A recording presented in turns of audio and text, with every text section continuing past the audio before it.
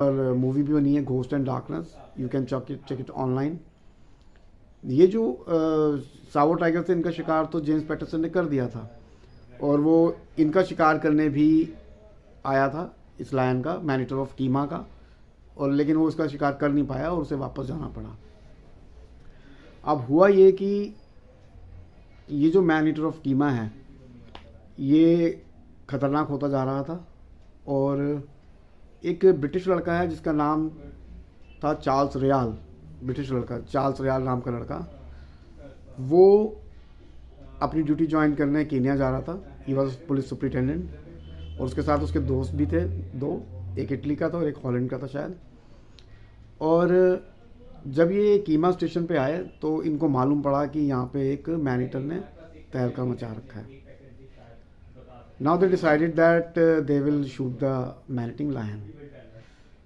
जो Charles Royal था वो इंडिया पोस्टिंग के टाइम पे बाघों का शिकार तो कर चुका था, लेकिन उसे कभी मैन ईटर का शिकार नहीं किया था। अब बहुत लोग पूछते हैं कि बाघ में और आदमखोर में क्या डिफरेंस हो गया। आदमखोर बाघ में देखिए, जो नॉर्मल बाघ होता है वो बहुत ही जेंटलमैन ऑफ अ टाइगर जाना जाता है, ही नेवर हार्म्स पीपल। लेकिन जब वही बाघ एक मैन ईटर हो जाता है तो बहुत ही डेंजरस हो जाता है और बहुत ही चालाक हो जाता है, और उसको ढूंढना, उसको शिकार करना बहुत मुश्किल काम है। खैर, ये तीनों डिसाइड करते हैं, खासकर चार्ल्स रायल डिसाइड करता है कि ये मैन ईटिंग लायन को शूट करेगा।